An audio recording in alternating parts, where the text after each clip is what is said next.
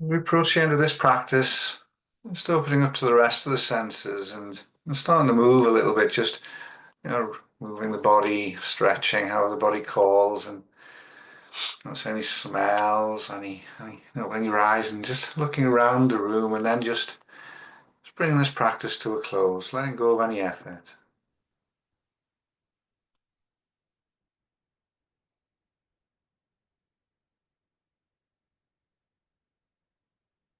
So thank you very much, everybody.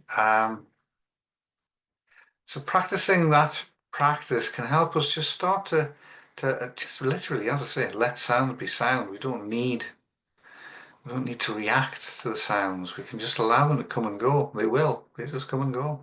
And rather than getting caught up in the story, trying to identify what they are, just allow them to come and go.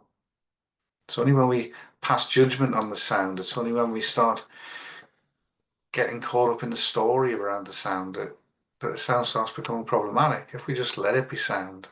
So thank you. I hope you found this useful. And don't forget to subscribe to see each and every one for the rest of the year, whenever you want. So thank you. Take care. Goodbye.